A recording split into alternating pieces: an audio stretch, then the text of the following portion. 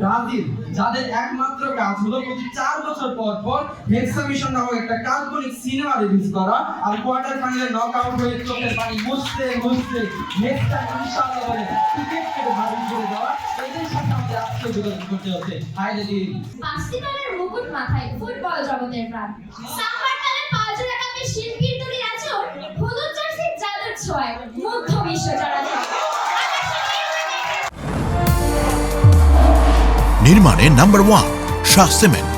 Messi বা ডিমান্ডের উপর নির্ভরশীল নয়, এখন আমাদের আছে লাউতারো মার্টিনেজ সহ অনেক তরুণ ফুটবলার যাদের পায়ের জাদুতে আমরা আশা করছি এবার বিশ্বকাপে আমরাই জয়ী হব। সেই সাথে আমাদের মাস্টার মাইন্ড লিওনেল স্ক্যালোনি অনেক ভালোভাবে টিমকে গ্রুমিং করছে, যেটার কারণে আমরা বিশ্বকাপ পেতে পারি। সেই সাথে অনেক সূত্র লজিক মিলিয়ে আমরা শ্রেষ্ঠত্ব প্রমাণ করতে চাই এবারের বিশ্বকাপে।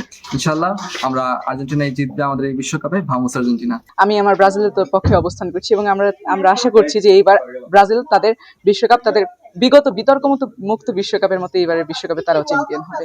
আমার মতে আর্জেন্টিনা এই বিশ্বকাপে জিততে পারে, বিকজ তাদের স্কোয়াডটা আলহামদুলিল্লাহ অনেক ভালো এবং বাংলাদেশে এবং বিশ্বের প্রায় প্রতিটি দেশেই আর্জেন্টিনার ভালো সাপোর্টার রয়েছে। আশা করি আমাদের হতাশ করবে না আর্জেন্টিনা টিম। তো best of luck for them.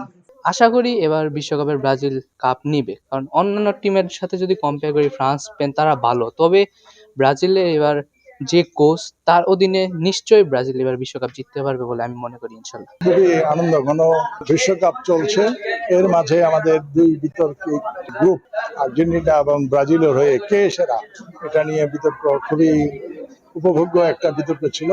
আমরা সবাই এটা উপভোগ করলাম এবং আমি বলবো যে এই ধরনের বিতর্ক যদি স্টুডেন্টদের মধ্যে হয় বিশ্বকাপ নিয়ে, সেটা অবশ্যই শিক্ষণীয় এবং সাথে সাথে আনন্দের বিষয়।